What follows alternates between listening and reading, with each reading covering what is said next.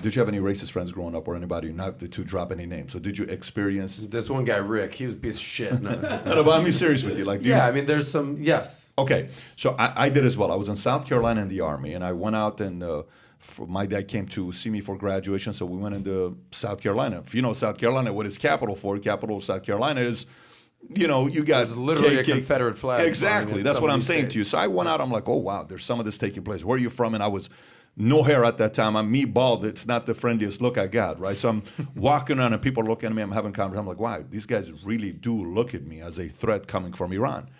But I will tell you what concerns me about what you just said.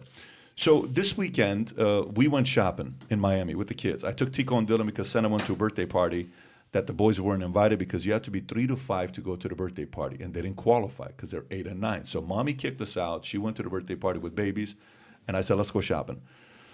We go to Miami. It's me, Tico, Dylan, and Sam. And Tico says, Daddy, can we get some gelato? I said, well, let's see how you guys are going to behave, and then we'll get some gelato. And believe me, I want some gelato myself, so I want to go get some gelato because Daddy's going to have some gelato. Yeah, please behave.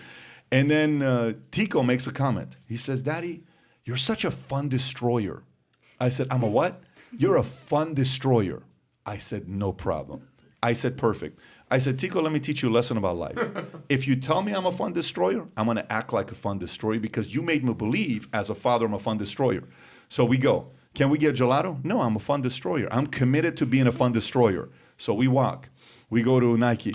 I can't believe you're doing this, Daddy. I didn't mean it. I said, no, I believe it now because you said it with so much conviction. I believe I'm a fun destroyer, so I'm going to be committed for being a fun destroyer. For an hour and a half, I played the role of a fun destroyer. Make sense? You played it well. So I said to him, so can you explain to me, do you understand why it's so powerful? I said, Dylan, have you ever heard me call you a loser? No. Why?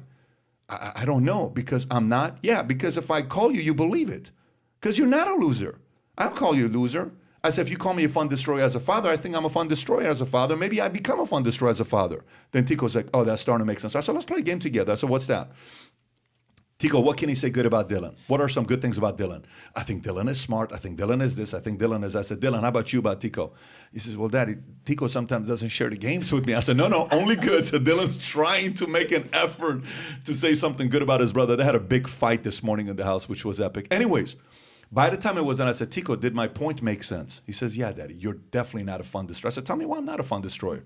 He says, you always wrestle with us. You always do this. I say, okay. So the meaning of fun destroyer, you have to be very careful using that word because words have weight, right? They carry a lot of weight. If you tell a 8-year-old kid you're racist because of your lineage, dude, I can only imagine if somebody tells that to me 50, 40, 100 times, I'm going to start believing it. Now you're giving birth to a generation that grow up hating their own lineage. Look, you read the Bible and see what happened to Assyrians. One of the greatest famines about Assyrians, 180-something thousand, right? God wasn't a big fan of Assyrians if you read some of the history of what they did because they thought they could be bigger than God and they built this empire to go up there. And if you don't know the history of Assyrians, they're very interesting people, right? Assyrians.